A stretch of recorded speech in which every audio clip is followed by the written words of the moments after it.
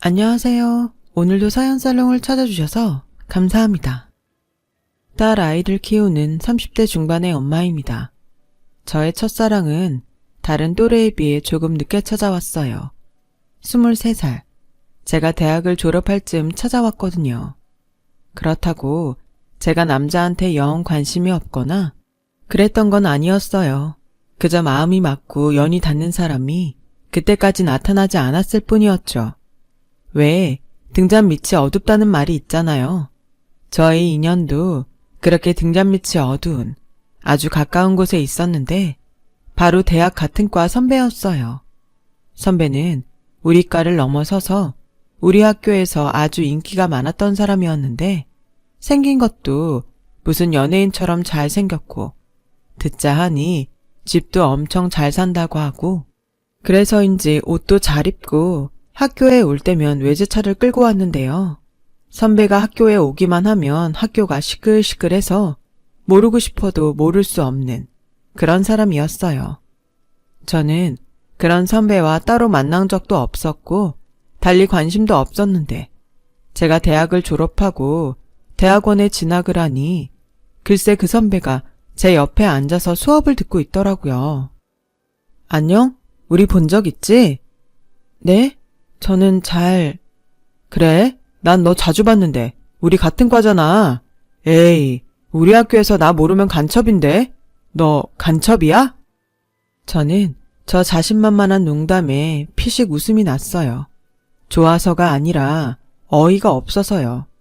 다른 여자들이 좋아 죽으니 저도 당연히 그럴 거라고 생각하며 오만방자함을 떠는 그 사람이 솔직히 저는 재수가 없었어요. 그런데 선배는 제가 자기랑 무슨 밀당을 하고 싶어 하는 줄 알았는지 자기 혼자 김칫국을 한 대접을 먹고 이런 소리를 했어요. 내가 오늘은 점심시간이 비는데 어때? 나랑 밥 먹을래? 아니요. 저는 수업 끝나면 아르바이트 가야 하는데요. 아, 저런. 어디서 하는데? 카페? PC방? 아니면 편의점? 내가 특별히 같이 가줄까? 저 과외하러 가요. 아, 과외? 그럼 내가 같이 가면 안 되겠지? 저는 대답하지 않았어요. 그리고 다음 수업에는 그 선배와 무조건 떨어져 앉아야지? 라고 생각했었는데 다음번 수업이 있던 날 강의실에 가니 선배는 마치 저와 함께 앉기로 약속이나 한 듯 저를 보자 큰 소리로 양혜주, 여기! 라며 불렀고 순식간에 강의실 안의 사람은 모두 저를 쳐다봤어요. 그 중에는 선배를 따라 대학원까지 왔다는 대학 동기도 보였는데 어찌나 저를 째려보는지 눈빛에도 사람이 아플 수 있다는 걸 저는 그때 처음 알았네요. 그래서 저는 일부러 선배와 멀찌감치 앉았어요. 그런데 이 선배는 저를 쫓아와 앉았고 불쾌하다는 듯 쳐다보는 저에게 생글생글 웃으며 너 일부러 좋으면서 튕기는 거지? 라고 했고 저는 정말 아니라는 말과 함께 자리를 옮겼는데 선배는 계속 저를 쫓아와 제 옆에 제 뒤에 앉으며 계속 이런 소리를 했어요. 너는 나 별로야? 나는 너 좋은데. 야! 저는 선배 안 좋은데요? 왜? 선배 잘난 척 하잖아요. 저는 세상에서 잘난 척하는 사람 제일 별로거든요. 그건 아니지. 난 잘난 척을 하는 게 아니라 잘난 게 맞아. 아씨, 억울하네. 저는 그 선배의 말이 참 어이없고 황당했어요. 이런 식의 잘난 척은 또 처음이었거든요. 그런데요, 그 뒤 선배는 누가 보든 말든 저를 쫓아다니며 대시를 했어요. 제가 그때까지 변변한 연애는 못했지만 남자한테 고백은 여러 번 받았던 사람이었는데 이렇게 자존심 없이 매달리는 남자는 정말 처음이었어요. 게다가 대학 시절 무슨 연예인처럼 인기가 하늘을 찔렀던 사람이었는데 그런 사람이 그렇게까지 한다는 게 납득이 되지 않더군요. 그렇다 보니 저는 말로는 싫다고 했지만 조금씩 관심이 생기기 시작했어요. 그리고 그 사람은 평소 어딘가 어리숙한 모습이 많은데 수업이 시작됐다고 하면 언제 그랬냐는 듯 눈빛이 바뀌고 앞에 나가 발표라도 하는 날에는 잘난 척해서 재수없다고 생각한 제 눈에도 선배가 멋지게 보였어요. 그렇게 제 마음은 조금씩 흔들리기 시작했고 계절이 봄에서 여름으로 바뀔 즈음 선배와 다른 여자가 다정하게 커피를 마시며 같이 걷는 모습을 보게 되었는데 그게 질투라는 감정인지 기분이 정말 나쁘더라고요. 그렇게 내가 좋다고 따라다닐 땐 언제고. 저는 그 후 선배에게 더 차갑게 대하며 거리를 뒀어요. 괜히 선배한테 노란한 것이 화가 났거든요. 그러던 어느 날, 날도 슬슬 더워져서 친구와 동네에서 치킨 한 마리에 맥주를 마시고 있는데 모르는 번호로 연락이 왔고 저는 받을까 말까 망설이다 친구가 화장실에 간다고 자리에서 일어나길래 전화를 받았어요. 여보세요? 야, 양혜주. 너 진짜 사람이 그러면 안 된다. 내가 너한테 뭘 잘못했냐? 넌 내가 그렇게 싫어? 다른 여자들은 다 좋다는데 너는 왜? 아니 왜? 선배, 제 번호 어떻게 하셨어요? 그리고 지금 술 드신 것 같은데 이런저런 하지 마세요. 저 번호 차단할 거니까. 좋아한다고. 진짜 처음으로 좋아하는 감정이 생긴 사람은 네가 처음이라고. 첫눈에 반해서 대학원까지 쫓아온 거라고. 저는 그 말을 듣는데 정말 영혼이 육체에서 이탈하는 것처럼 멍했어요. 그리고 생각했죠. 왜? 그렇게 인기도 많으면서 왜 나를? 그리고 저는 그날 저녁 선배를 만났어요. 아주 술에 떡이 돼서 어디서 났는지 자기 키만한 곰인형을 안고 울상을 하고 있는데 그때도 피식 웃음이 나왔어요. 어이없게도 저는 그 남자의 모습이 싫지 않았어요. 아마도 저 남자의 이런 모습을 본 여자는 이 세상에서 나 하나일 거라는 생각이 들더군요. 여러 여자의 고백과 대시에도 끄떡하지 않았던 저 남자가 좋아한 여자는 결국 나였다는 그 기분에 저는 상상만 했던 첫사랑을 시작하게 되었어요. 다행히 대학이 아닌 대학원이라 저와 선배가 사귄다고 해서 요란을 떠는 사람은 없었는데 선배를 따라 대학원까지 온 저의 대학 동기들은 마치 제가 자기들 남자친구라도 뺏은 듯 저에게 시비 비슷하게 걸었지만 저는 그럴 때마다 대수롭지 않게 무시했어요. 그러자 야, 너 지훈 선배가 좀 좋아해준다고 아주 기고만장하다? 좋아해준다고? 지금이 뭐 조선시대니? 그리고 유치하게 좀 굴지 마. 기가 막혀? 정말? 야, 너 착각하지 마. 선배는 그냥 너랑 잠깐 노는 거야. 네가 선배랑 급이 맞냐? 급? 애들이 지금 뭐래? 솔직히 너도 지훈 선배가 잘 살고 인물 좋으니까 좋아하는 거 아니야? 저는 화가 났어요. 이젠 좋아하지 않는다고 부정할 수 없게 되었지만 제가 선배를 좋아하게 된 건 그런 배경이 아니었고요. 저는 순수한 그 사람에게 끌렸고 또 이유야 어쨌든 대학원에 와서 공부와 미래에 성실하고 최선을 다하는 그 모습이 좋았던 건데 저를 자기들과 같은 취급을 하는 대학 동기들에게 화가 났어요. 그런데 혜주, 여기 있었어? 뭐야, 니네들 또 내 여자친구 화나게 한 거야? 선배, 정신 차려요. 혜주는 쟤는 진짜 선배랑 안 어울려요. 선배가 아깝다니까요. 사람이 누가 더 아까운 게 어딨어. 그리고 전에도 이야기했지만 후배라고 봐주는 것도 이제 끝이다. 세상에 어떤 남자가 자기 여자 괴롭히는 애들을 봐주겠니? 또 한 번 우리 혜주한테 뭐라고 하면 그때는 나도 가만히 있지 않는다. 가자. 오늘은 과외 없다고 했지? 저는 선배의 손을 잡고 차에 타며 생각했어요. 그리고 한 번은 꼭 이야기해야겠다는 생각이 들어 입을 열었죠. 선배, 나 궁금한 게 있는데 선배네 집이 그렇게 부자예요? 왜? 갑자기. 주변에서 내가 선배 배경 보고 만난다는 말을 자꾸 들으니까 화가 나서요.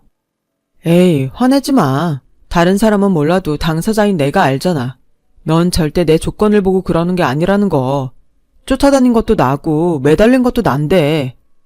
그러니까 왜 자꾸 사람을 그렇게 보는지 미리 말하는데 난 절대 선배 조건 때문에 만나는 게 아니에요. 네. 배고프다. 우리 맛있는 거 먹으러 가자. 내가 아는 가게가 있거든. 괜찮지? 저는 그 후 선배와 연애를 하면서 무조건 데이트 비용을 반반 내려고 했어요. 이상한 오해를 받는 것도 싫었고 무엇보다 선배에게 그런 부분을 더 어필하고 싶었는데 선배는 제가 그럴 때마다 자기가 저에게 무엇이든 더 해주려고 했어요. 그렇게 시간이 흘러 저는 대학원 졸업 전 대기업 IT 회사에 입사를 했고 선배는 대학원 졸업과 함께 공기업에 입사를 하면서 이젠 각자 직장을 갖게 되었어요. 비록 직장에 다니느라 만나는 날이 줄었지만 저희 마음은 상대적으로 커져가게 되었죠. 첫사랑은 이루어지지 않는다고 하던데 저에게는 그런 말은 해당되지 않는 것 같았고 주변 사람들은 남자친구가 집안도 직업도 좋은데 외모까지 훌륭하니 저에게 로또 맞은 것과 뭐가 다르냐며 부러워하는데요. 그쯤 되니 저도 이젠 그런 시선이 별스럽지 않게 느껴졌어요. 그렇게 저희의 만남은 4년이 넘어갔고 저희 집에서는 슬슬 결혼에 대한 기대를 하기 시작했어요. 그리고 저 역시 결혼한다면 당연히 이 사람과 해야 한다고 생각했기에 자존심상 먼저 말을 하지 않았지만 결혼에 대한 생각을 많이 했었더랬죠. 그렇게 추운 겨울이 다가왔고 남자친구는 저에게 예쁜 반지를 주면서 프로포즈를 했어요. 저는 만나온 시간도 길었고 또 프로포즈를 기다렸기에 기다릴 것도 없이 좋다고 대답했어요. 그 후 남자친구가 먼저 저희 집에 인사를 왔고 저도 그렇고 저희 부모님은 평소 결혼은 두 사람이 함께 시작하는 중요한 일이니 처음부터 욕심내지 말고 두 사람의 능력 안에서 시작하는 것이 맞다고 생각하는 주의라 남자친구에게 똑같이 그렇게 말을 하셨어요.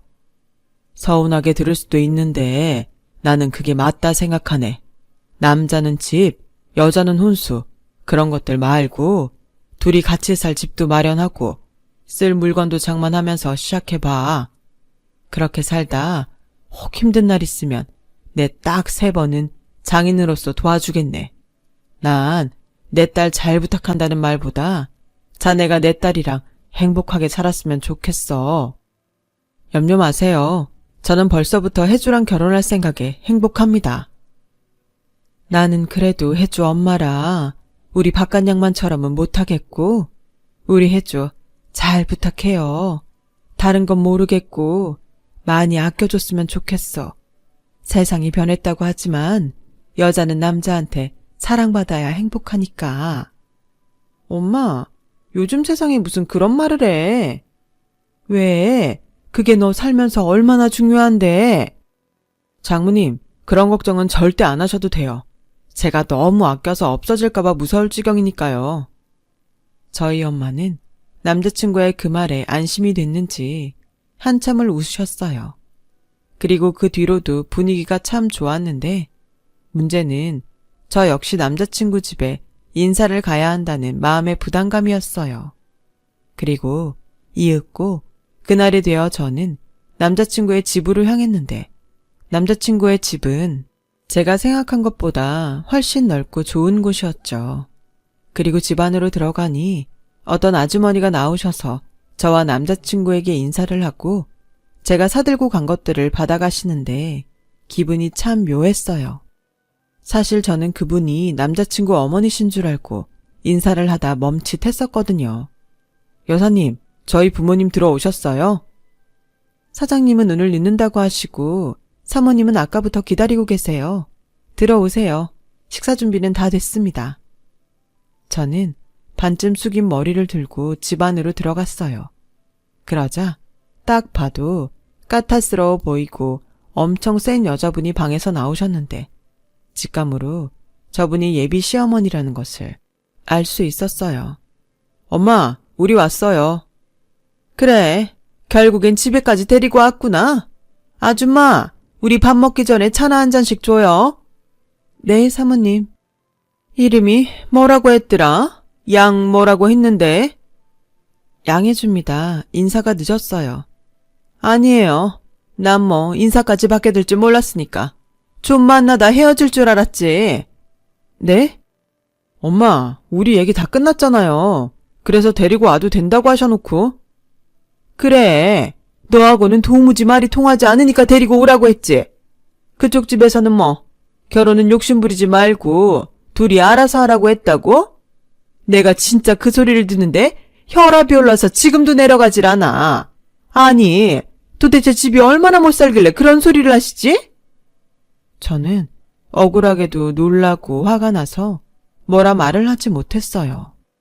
지금 생각해도 그때 왜 바로 뭐라고 하지 않았나 생각하면 잠이 오지 않을 지경인데요. 그때는 초면이고 너무 놀라 경황이 없다 보니 바로 뭐라고 쏘아붙이지 못했고, 남자친구는 중간에서 난처한 얼굴로 이러지도 저러지도 못하는데 그 틈에 예비 시어머니는 자신의 말을 계속 이어가셨어요. 나는 그런 결혼 용납 못해. 딱 봐도 알겠지만 우리 집 그렇게 만만한 집 아니야? 우리 집 대소사에 보는 눈이 얼마나 많은데. 들어서 알겠지만 내 남편 회사 사장이야. 거래처들이며 그 회사 사장들이랑 사무들. 내가 정말 생각만 해도 아찔하다. 그러니까 번지수 잘못 짚었어. 그래도 기어이 이 결혼이 하고 싶으면 예단 혼수 제대로 해와. 나도 해줄 건 해줄 테니까. 뭐 그럴 능력 없으면 그냥 없던 일로 하든가. 그럼 나야 더 고맙지. 우리 아들이랑 결혼하고 싶다고 줄을 선 여자가 얼마나 많은 줄 알아? 순진한 내 아들 꼬여냈으니까 내가 기회는 먼저 준다 이거야. 저는 그때 다행히 정신이 돌아왔어요. 그리고 머리가 차갑게 식는가 싶더니 이건 아니다 싶더라고요. 그래서 아까부터 말씀이 매우 심하신데 좀 조심해 주세요. 전 댁에 아드님 꼬신 적 없습니다. 그리고 결혼은 남들 보여주기 위한 거가 아니라고 생각해요. 어머머, 차라리 돈이 없어서 못한다고 솔직하게 말을 하지 그래. 혹시 알아? 그럼 내가 그냥 받았다 생각하고 내가 다 한다고 할 수도 있는데 꼭 없는 것들이 자존심을 세워요. 남들 보여주지 않을 건데 초대는 뭐하러 하니? 그게 다 동네방네 보여주려고 호텔에서 하네, 야외에서 하네 그러는 건데. 아우, 이래서 집안끼리 차이 나면 골치 아프건데. 아들, 꼭 쟤랑 해야겠니? 너 좋다는 채원이도 있는데. 엄마. 아무래도 제가 잘못 온 것 같네요. 이만 가보겠습니다. 혜주야. 뭐야 지금? 꼬라지 났다고 간다는 거야? 이봐요. 네, 저 화나라고 그런 막말을 하는데 제가 웃을까요? 이런 말씀 초면에 죄송한데 참 무례하시네요. 생각의 차이가 있을 수는 있지만 상대를 배려하지 않고 일방적으로 막말을 하시니 이만 가라는 말씀으로 알아듣고 가려고요. 혜주야, 아니야. 우리 엄마가 원래 좀 그래. 화 풀어. 어머 아들, 아무리 얘한테 정신을 팔았어도 엄마를 그렇게 말하면 안 되지. 막말로 우리한테 자식이라고 너 하나인데 네 아버지 재산 누가 다 물려받겠니? 저는 그날 결국 밥은커녕 차도 안 마시고 남자친구 집을 나왔어요. 그리고 당장이라도 쫓아와 뭐라 변명을 할 줄 알았던 남자친구는 결국엔 나오지 않았고요. 저는 집에 가는 길 내내 마음이 상하다 못해 남자친구에게 처음으로 실망을 했어요. 그리고 제가 집에 도착하자 제가 인사를 다녀온다는 것을 알았던 부모님은 웃으시며 궁금해하는 기색을 보이셨는데 원래도 마음에 없으면 다른 말을 못하는 성격이라 나중에 이야기하고 싶다고 하고 제 방으로 들어왔어요. 아마 그때 저희 부모님은 무슨 일이 있구나 이미 아셨을 테고 뭐 여기까지 왔으면 사실상 이 결혼은 엎어진 것이 맞기에 저는 다른 부정도 하지 않을 생각이었어요. 그러자 한참이 지나서야 남자친구에게 전화가 오더군요. 혜주야, 화 많이 났어? 아까는 내가 우리 엄마 대신 사과할게. 너도 봐서 알겠지만 우리 엄마가 욕심이 많아. 그래서 미리 이야기도 해놨는데 이렇게 될 줄은 정말 몰랐어. 그리고 혜주 너 가고 나도 그렇고 아버지도 엄마한테 뭐라고 많이 했어. 다행히 우리 아버지는 우리 엄마처럼 남들 시선 그런 거 의식하지 않으시는 분이거든. 오히려 그런 생각을 한다니 너무 마음에 드신다고 다음에는 꼭 보자고 하셨는걸. 오빠, 미안한데 아무리 생각해도 이건 아닌 것 같아. 내가 오빠를 많이 좋아하지만 이런 수모를 모른 척할 수는 없어. 결혼을 한다면 시어머니가 되실 텐데. 아니야. 이건 진짜 서로한테 아니야. 혜주야, 내가 왜 아까 너 안 쫓아간 줄 알아? 네가 이럴까봐. 난 너만 좋으면 집도 나갈 수 있어. 우리 엄마 안 보고 살 수 있다고. 제발 그런 소리 하지 마. 응? 내가 앞으로 평생 잘할게. 장모님 말처럼 내가 진짜 잘할게. 저는 머리로는 아니라는 답을 내렸으면서 쉽사리 그 사람을 밀어내지 못했어요.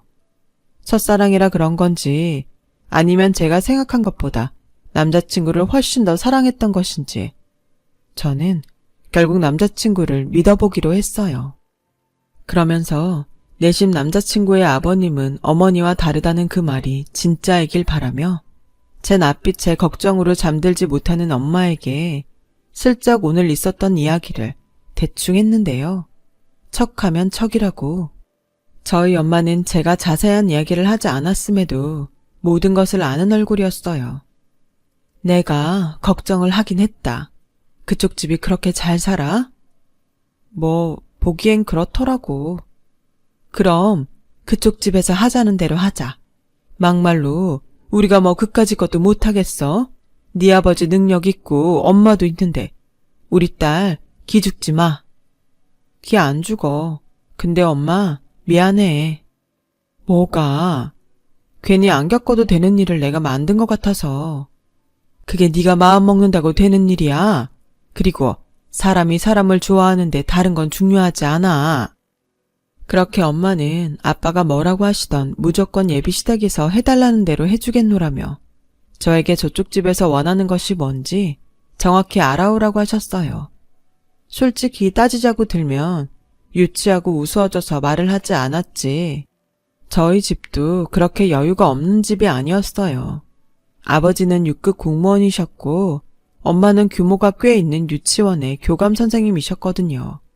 그래서 경제적인 부분은 크게 걱정하지 않고 살아온 저였는데 대기업까지 다니는 제가 마치 쥐뿔 아무것도 없는 사람 취급을 당했으니 그것도 그거대로 너무 화가 났어요.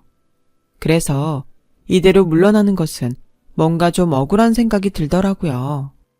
이에는 이, 눈에는 눈이라고 한번 밀어붙여보자고 마음을 먹었는데 때마침 며칠 후 모르는 번호로 전화가 걸려왔어요.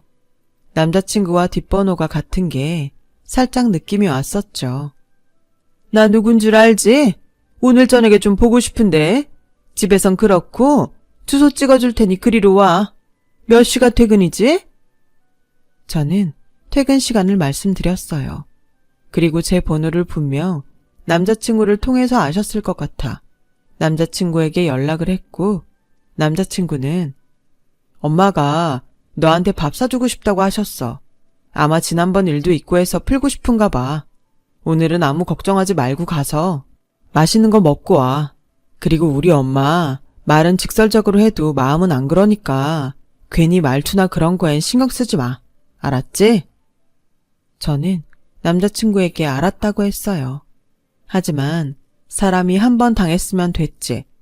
두 번은 당할 수 없다고 생각해서 무슨 이야기를 하시건 오늘은 그때와 다르다고 단단히 마음을 벼렀고 그의 어머니가 찍어준 장소로 퇴근 후 차를 끌고 갔어요. 그리고 도착한 곳은 유명한 고깃집이었는데 저녁 시간이라 그런지 넓은 주차장에 차가 꽉꽉 차 있었고 이러다 또 늦었다고 빌미를 주는 게 아닌가 걱정이 되었는데 다행히 발렛을 해주는 직원이 있어 차를 맡기고 예비 시어머니를 만나러 식당 안으로 들어갔어요. 그렇게 두 번째 보게 된 그의 어머니. 아니나 다를까 그의 어머니는 그때의 첫 인상처럼 꼬장꼬장한 얼굴로 저를 기다리고 계셨고 제가 자리에 앉자 이번에도 저를 무시하는 말투로 이렇게 말씀하셨어요. 너 여기 와봤니? 내가 혹시 몰라서 알아서 주문해놨다. 어차피 뭐가 뭔지도 모를 텐데 물어봐서 뭐하나 싶어서. 먹자. 저는 이번에도 거슬리는 그의 어머니 때문에 속이 부글부글 끓기 시작했어요. 그래서 대충 가까이 있는 음식만 조금 먹었는데 그의 어머니는 또 그게 마음에 들지 않았는지 저에게 쏘아붙이듯 말을 하시더군요.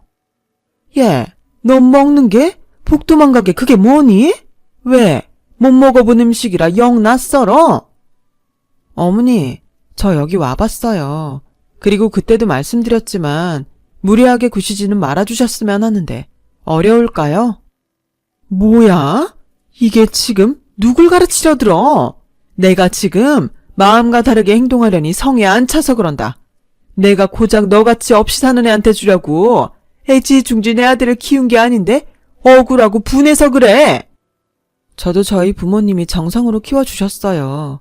그리고 이런 말씀 어떻게 들으실지 모르겠는데 저 그렇게 없이 살지 않았어요.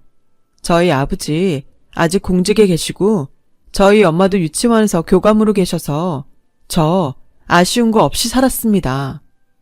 어머, 그래서 뭐 내가 그럼 너한테 어머 그랬니? 몰라봐서 미안하다. 뭐 그럴 줄 알았어? 공무원 나부랭이랑 학교도 아니고 유치원 교감 가지고 어디서 명함을 들이밀어? 너 진짜 우리 집이 어떤 집인지 영 모르는구나. 네, 잘 모르겠어요. 혹시 우리나라 사람들 다 아는 그런 대기업 집안인가요? 뭐? 어머님 말씀대로 잘 몰라서요. 제가 그동안 만난 사람이 재벌 2세나 3세 되는 그런 거였나요? 그때였어요. 저는 제 눈으로 직접 상이 뒤집히는 것을 목격했고 어디서 그런 힘이 솟아났는지 순식간에 방안은 아수라장이 되어버렸어요. 그리고 단단히 화가 나서 목까지 빨갛게 된 그의 어머니는 아직도 분을 참지 못하겠다는 듯 저에게 숟가락을 던지시는데 그 순간 딱 한 가지 생각밖에는 들지 않더라고요.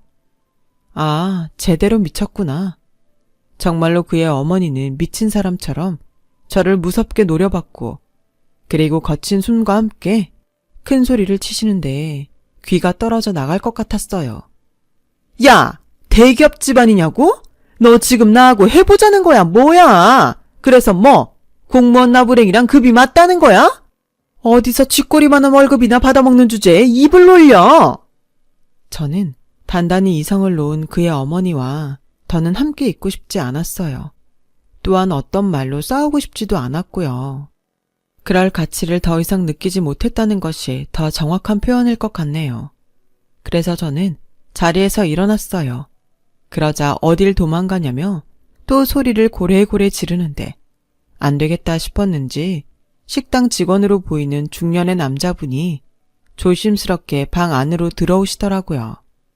그런데 아까까지만 해도 저를 잡아먹을 듯 소리를 고래고래 질렀던 그의 어머니에게 여보! 라는 말이 들려왔고 저한테 그런 소리를 했을 리 없어 고개를 돌려보니 방금 직원으로 들어오신 중년 남자에게 그의 어머니가 이번에는 얼굴이 사색이 돼서는 그렇게 말씀하시고 그 자리에 굳어 계시더라고요. 아니, 회사 사장이라고 하더니 왜 여기에? 저는 이 상황이 이해가 가지 않아 그 자리에서 오도 가도 못했어요. 그러자 당신 역시 민망하고 창피한지 어색하게 웃으며 그의 아버님이 먼저 입을 여셨어요. 누군가 했더니 당신이었어? 여보, 당신 옷이 왜 그래? 아침에 입고 간 양복은 어쩌고? 그리고 여기서 뭐 하는 건데? 왜 손에 행주를 들고 있는 거야? 김 기사는? 그의 어머니는 이제 저는 안중에 없는 눈치였고 저 대신 당신의 남편을 쥐잡듯 잡아댔는데 계속 거기에 있는 것도 못할 짓 같아 저는 그만 그 자리에서 나와버렸어요. 그리고 남자친구에게 이 이야기를 해야 할까 말아야 할까 고민이 됐고 분명 남자친구 역시 어머니처럼 모를 것 같은데 괜히 저에게 듣고 자존심 상해할 것 같아 저는 말을 하지 않기로 했어요. 그런데 그렇게 며칠이 지났을까? 한동안 연락이 없던 남자친구는 저에게 만나자고 연락을 해왔고 한눈에 전과는 비교도 되지 않을 만큼 헬쑥해진 모습으로 제 앞에 나타났어요. 괜찮아. 얼굴이 많이 상했다. 일이 많았어. 너도 대충 짐작은 가지? 남자친구는 해탈한 얼굴로 말을 이어갔어요. 그리고 설마 했지만 남자친구의 말을 듣고 있는데 드라마도 이런 드라마가 없더라고요. 우리 엄마가 봐서 알겠지만 우리 집이 사업한다는 것에 자부심이 대단하셨어. 아버지는 늘 그걸 부담스러워 하셨는데 엄마는 계속 아버지한테 사업을 더 키워야 한다고 옆에서 부추기셨어. 집도 남들 보기에 있어 보여야 투자하겠다고 한다면서 무리한 거고, 우리 집에서 일하시는 분들도 다 엄마가 욕심내신 거야. 아버지는 도저히 감당이 안 되는데 엄마는 계속 바라시고, 그래서 사업이 망해가는데도 말을 하지 못하셨대. 그래서 거기에서 일하신 거야? 집에서는 회사 출근하신다고 나오셔서 거기서 일하신 거지. 그래서 요즘 계속 늦었던 거더라고. 아버님이 많이 힘드셨겠다. 하지만 꼭 나쁜 일만 있는 건 아니야. 우리 자기 뜻대로 결혼할 수 있을 것 같아. 그게 무슨 소리야? 장인어른이 말씀하셨잖아. 결혼은 우리 둘의 시작이라고. 그러니 욕심내지 말고 우리끼리 잘 시작하면 된다고. 우리 엄마 이제 더는 욕심내실 수 없어. 이제 혜주 너한테도 함부로 못하실 거야. 그렇게 생각하면 이건 나쁘지 않은 일 아닌가? 그래도 집에 일이 있는데 결혼을 진행한다는 게 좀 그렇지 않아? 왜? 이제 우리 집이 망한 것 같으니까 하기 싫어? 뭐? 그게 무슨 말이야? 솔직히 아니라고 해서 아니라고 믿었지만 너도 우리 집 잘 살아서 나랑 결혼하고 싶었던 거 아니야? 아니라면 왜 그런 소리를 하지? 저는 그 순간 남자친구가 무서웠어요. 눈빛이 너무 무서웠거든요. 제가 알던 그 순수하고 저밖에 모르던 그 눈빛과는 영 달랐어요. 그래서 겨우 남자친구에게는 결혼은 집 사정이 좀 진정이 되면 다시 이야기하자고 달래놓고 집으로 돌아왔는데 참 혼란스럽기만 하더군요. 이성으로나 마음으로나 이 결혼은 아니라는 것을 아는데 상황적으로 이 시점에 남자친구에게 헤어지자고 하자니 제가 마음이 너무 괴로웠어요. 그래서 한동안은 헤어지자는 말은 못하고 대신 혼자 마음의 정리를 하고 있었는데 그러던 어느 날 그의 어머니로부터 만나자는 연락이 왔어요. 저는 예전처럼 잘난 척에 막말은 하지 못하겠지 하는 생각으로 그의 어머니를 만나러 갔고 그의 어머니는 예전과는 좀 다르게 기가 꺾여 있었는데 그래도 자존심은 지키고 싶은지 저에게 별 말을 하지 않고 혼수와 예단 리스트라며 A4 용지 5장을 주셨어요. 설마 이걸 다 해오라는 건가요? 그래, 네가 그랬잖아. 네 아버지 공직에 있고 네 엄마도 유치원 교감이라며. 그 정도 능력 있다고 큰소리 칠 때는 언제고? 이제 와서 그러니? 어머니, 저도 지훈 씨한테 사정 들어서 아는데 이제 그만하세요. 뭐? 너 지금 나 망했다고 우스우냐? 그건 어머님 자격지심이시고요. 결국 어머님 욕심 때문에 그 지경까지 갔으면 어머님도... 그때였어요. 그의 어머니는 이번에도 제가 하는 말이 듣기 싫은지 상을 엎으려 상을 손으로 잡으셨고 저는 그 모습에 덩달아 상을 잡아버렸어요. 그리고 계속 말했죠. 어머님도 아시죠? 저 이 결혼 못해요. 아니 안 해요. 어머님 집이 망해서가 아니라 어머님이 이러시니까. 요즘 세상이 어떤 세상인데 그렇게 갑질을 하세요. 뭐? 지금이라도 좋은 마음으로 사세요. 그래야 지훈 씨도 지훈 씨 아버님도 편안해져요. 그럼 네가 도와주던가. 저는 기가 차서 말이 나오지 않았어요. 그래서 자리에서 일어났는데 그의 어머니가 소름 끼치게 제 바지가랑이를 붙들었고 이런 소리를 하시더군요. 너 돈 잘 번다면서 너랑 우리 지훈이랑 벌어서 우리 좀 도와줘. 원래 힘들 때 돕는 게 진짜 사랑 아니니? 우리 집에서도 쫓겨나게 생겼다. 나 이젠 작은 집에서는 숨이 막혀서 살 수가 없어. 내가 결혼 허락할 테니까 결혼해서 우리 좀 네가 살려줘라. 아가. 저는 평소 공포 영화를 좋아하지 않았는데 그날은 정말 저에겐 공포 그 자체였어요. 그래서 그의 어머니의 손을 발로 뿌리치고 도망치듯 자리를 벗어났고 다시 또 연락이 올까봐 그의 어머니 번호를 차단했는데 그날 저녁 남자친구가 만나자고 하더라고요. 저는 이젠 어쩔 수 없다는 생각으로 헤어지자는 말을 하려 남자친구를 만났고 남자친구는 헤어지자는 제 말에 울면서 매달리는데 참 이것도 못할 짓이더라고요. 그렇게 멋있던 남자였는데. 하지만 저는 아닌 건 아니라는 것을 마음에 새겼고 희망 고문을 하느니 이쯤에서 딱 부러지게 끊자고 다짐을 했는데 이 남자가 마지막에 고맙게도 제 마음을 참 편안하게 해주었어요. 치사한 년? 너도 결국 그런 여자였어? 그러면서 아닌 척 고상은 있는 대로 떨어놓고 너도 우리 엄마랑 똑같아. 아니지. 우리 엄마는 솔직하기라도 하지. 넌 음흉해. 엄마가 그러더라. 네가 정말 나를 사랑했다면 이럴 때일수록 더 결혼하자고 했을 거라고. 근데 넌 이때다 싶어서 도망가는 거야? 내가 사람을 아주 단단히 잘못 봤네. 야, 뭐 어떻게 생각하든 자유인데 그렇게 생각하면 마음이 좀 편하니? 누가 그런 무시받고 뻑하면 밥상 엎어버리는데 좋다고 하겠어. 게다가 당신 어머니 나한테 숟가락도 던졌어. 이건 망하고 아니고의 문제가 아니야. 아버님 일하는 식당 가서 CCTV 좀 보고 올래? 난 그때 이미 아니다라고 생각하고 나가려고 했다고. 그래도 정이 있어서 힘들 때 나까지 얹고 싶지 않아서 참은 건데. 뭐? 치사한 년? 그래, 나 치사하니까 다시는 연락하지 마. 찾아오지도 말고. 저는 그렇게 참 더러운 이별을 했어요. 첫사랑이 이루어지지 않는 건 괜찮지만 이렇게 끝이 추하다니 많이 속상했었죠.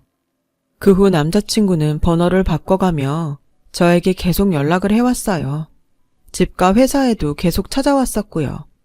참 곤란했는데 그때 저를 도와주던 회사 상사가 있었고 저는 그 상사분 덕에 여러 번 곤란했던 일을 도움받게 되었는데 그렇게 3개월 정도가 지나자 남자친구는 나타나지 않았어요. 연락도 없었고요. 이젠 됐구나 싶은 안도감과 첫사랑에 결혼까지 생각했던 사람과의 추한 마지막에 저 역시 후유증은 심했어요. 그래서 회사를 그만두고 좀 쉬어볼까 망설이고 있었어요. 그때도 그런 저를 회사 상사분이 잡아줬고 1년쯤 지나니 그 상사분이 저를 혼자 좋아하고 있었다는 말을 어렵게 해왔어요. 지난 일도 있고 해서 그 마음을 거절했는데 그 사람은 3년 동안 저의 곁에서 저를 기다려주며 제가 힘들 땐 어디서든 나타나 도움을 주고 제가 또 부담을 느끼면 한 발짝 떨어져 있어 주는 것이 참 미안하고 고맙더라고요. 그 상사분이 지금의 저의 남편이에요. 남편은 저의 지난 일을 모두 알고도 제 잘못이 아니라고 저를 위해줬고 일에서도 그리고 제 인생에서도 항상 좋은 영향을 주려고 애를 쓰는데 이런 사람의 마음을 계속 외면하는 것도 참 어렵더라고요. 조심스럽게 사내 연애를 시작했죠. 1년 만에 결혼을 했어요. 저희 아버지가 말씀하던 대로 저희 둘의 힘으로 처음부터 끝까지 준비했습니다. 엄마가 바라던 대로 남편은 결혼한 지 5년이 넘은 지금도 한결같이 저를 아껴주는데 진짜 결혼할 인연은 다른 곳에 있었구나 싶은 요즘입니다. 얼마 전 한때 저에게 도끼 눈을 뜨며 저를 시기 질투하던 대학 동기이자 대학원 동기를 우연히 만난 적이 있어요. 그래서 듣게 된 그 사람의 소식. 결국 아버지 회사 부도로 평생 갚을 수 있을지 모를 빚더미에 앉은 그 사람은 빚쟁이 때문에 다니던 회사에서 쫓겨나다시피 그만뒀고 집도 어디 시골 변두리로 야반 도주하듯 서울을 떠났다는데요. 몰랐으면 더 좋았겠다 싶었어요. 그리고 사랑스러운 우리 딸을 보면서 만약 내가 그때 그 사람과 헤어지지 못하고 결혼이라도 했다면 어떻게 됐을까 생각해 보았는데 정말 상상도 하고 싶지 않더라고요. 지금 제가 누리고 있는 이 행복이 얼마나 소중한지 절실하게 느껴졌어요. 행복이라는 게 상대적이면 안 되는 건데 언젠가 저희 딸도 커서 첫사랑을 하는 날이 오겠죠. 부디 저희 딸의 첫사랑은 아름답기만 했으면 좋겠네요. 지금까지 저의 긴 이야기 들어주셔서 고맙습니다. 마음도 몸도 따뜻한 겨울이 되시길 진심으로 바랄게요. 여러분, 사연 댓글에 응원과 현명한 조언 부탁드려요. 좋아요와 구독은 저에게 큰 힘이 됩니다. 오늘도 좋은 일 가득하세요.